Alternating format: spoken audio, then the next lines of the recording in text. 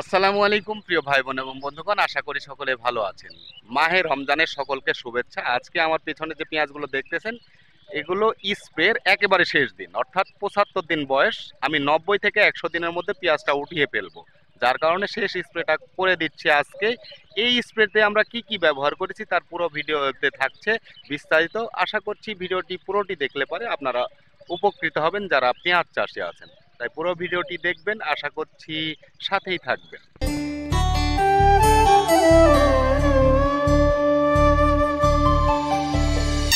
সর্বপ্রথম 75 দিন বয়সী পেঁয়াজ কেমন নামতেছে এটা দেখেন। এটা মোটামুটি বেশ বড় হয়েছে, এটা মাঝারি আকৃতির, এটা একটু ছোট আকৃতির। তবে এগুলো সবই হচ্ছে কাঁচা পেঁয়াজ। এই পেঁয়াজগুলো গাছের রস শোষণ করে যখন পুরো পরিপূর্ণ আকার গঠন করবে তখন দেখতে খুবই ভালো লাগবে। তো কথা বাদ রেখে আমি জানাই আমি কি ধরনের কীটনাশক ব্যবহার করছি। প্রথমত আমি ব্যবহার করছি স্কোর। স্কোরটা ব্যবহার করছি এই কারণে, পার্পেল ব্লাস্ট রোগ এবং পেঁয়াজটা যেন ষাট অবস্থাতেই আস্তে আস্তে পচনটা আস্তে আস্তে গোড়ার দিকে আসে এবং পাতার রস সংগ্রহ করার পরে যেন এই পেঁয়াজটা পরিপূর্ণভাবে গঠন লাভ করতে পারে।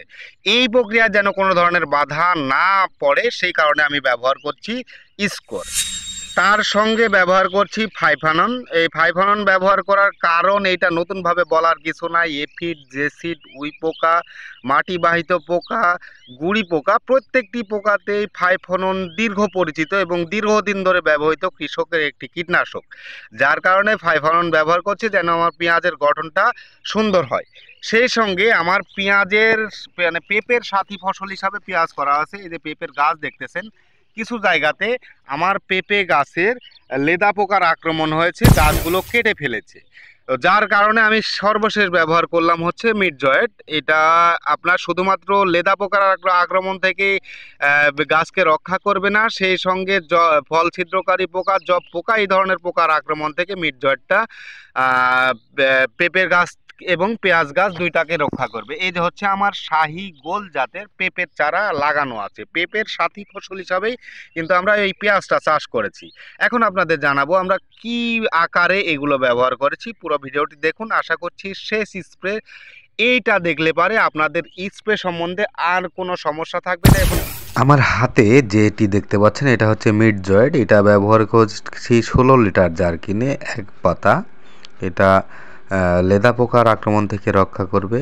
এবার যেটা দেখতে পাচ্ছেন এটা হচ্ছে স্কোর। স্কোর ব্যবহার করেছি 16 লিটার পানিতে 16 মিলি। একটু কম ব্যবহার করলে কোনো সমস্যা নাই, আমার শেষ দিন তাই একটু বেশি ব্যবহার করেছি। আর কীটনাশকের যে বিরূপ অবস্থা তাতে একটু বেশি হলেও সমস্যা নাই। 18টা কোম্পানির কীটনাশক নাকি ভেজাল প্রমাণিত হয়েছে, এমন নিউজ এখন তো ভাইরাল, আপনারা সকলেই জানেন।